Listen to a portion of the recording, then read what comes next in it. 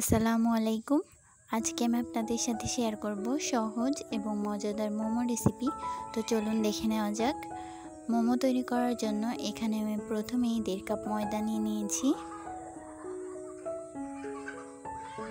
এরপর এর মধ্যে দিয়ে দিচ্ছি 1 টেবিল চামচ লবণ, তেল দিয়ে দিচ্ছি 1 টেবিল চামচ,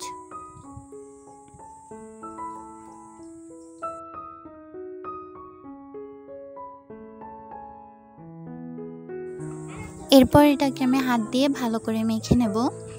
অল্প অল্প করে পানি অ্যাড করতে হবে, এতে একসাথে পানি দেওয়া যাবে না, তাহলে কম বেশি হয়ে যাবে।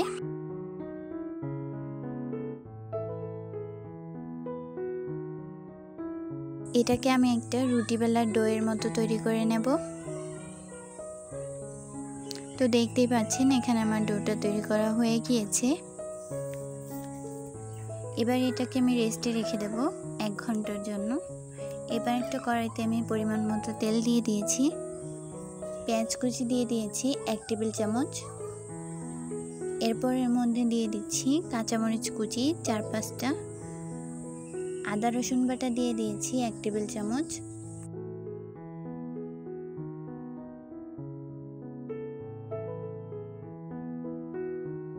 এরপর দিয়ে দিচ্ছি আগে থেকে কিমা করে রাখা মুরগির মাংস।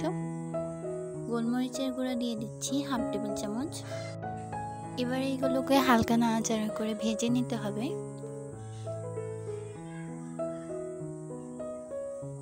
এবার আমি এর মধ্যে দিয়ে দিচ্ছি 1 টেবিল চামচ সয়া সস। সসটা দিয়ে ভালো করে নাড়াচাড়া করে ভেজে নিতে হবে। তো এবার এখানে আমি চলে আসলাম। এবার এই ডোটাকে হাত দিয়ে ভালো করে একটু মুথে নিতে হবে।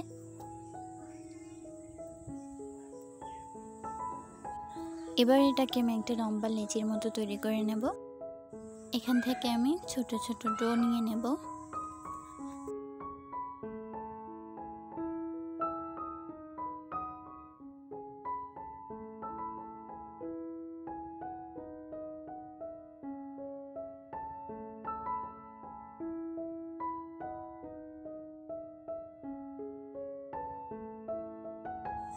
তো এবার আমি একটা ডো নিয়ে একটা ছোট রুটির মতো বেলে নেব।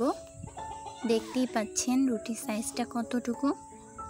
এবার আগে থেকে মাংসের মিশ্রণটা এর মধ্যে দিয়ে দিচ্ছি, দিয়ে এটাকে আমি মোমোর শেপ দিয়ে নেব। তো দেখতেই পাচ্ছেন আমি ভাঁজগুলো কিভাবে দিচ্ছি। এইভাবে করে আমি সবগুলো মোমো তৈরি করে নেব।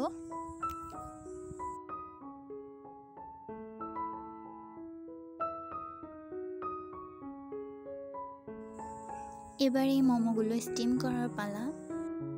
এবার এখানে আমি চুলায় একটা হাঁড়িতে পানি বসিয়ে দিয়েছি এবং একটা ছিদ্রযুক্ত পাত্র নিয়ে নিয়েছি। এর উপর দিয়ে আমি সবগুলো মোমো দিয়ে দিয়েছি এবং একটা ঢাকনা দিয়ে ঢেকে রাখতে হবে।